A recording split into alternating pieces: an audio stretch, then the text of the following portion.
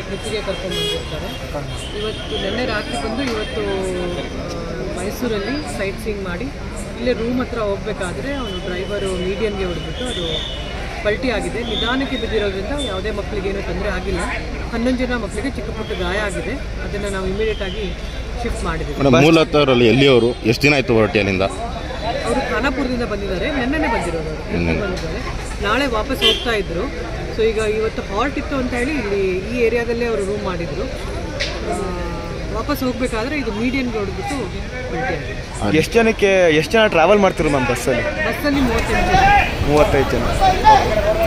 ಹಾಸ್ಪಿಟ್ಲಿಗೆ ಯಾವ ಹಾಸ್ಪಿಟ್ಲಿಗೆ ಸರ್?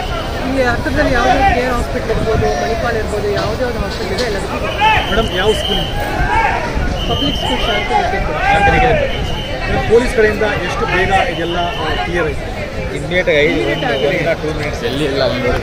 5 ನಿಮಿಷದಲ್ಲೇ ನಾವು ಎಲ್ಲರೂ ಆಫೀಸರ್ಸ್ ಬಂದು ಕ್ಲಿಯರ್ ಮಾಡಿದ್ದೀವಿ. ಏನು ಬಸ್ಸು ಸಹ ಈಗ ತೆಗೆದಿದ್ದೀವಿ. Thank you.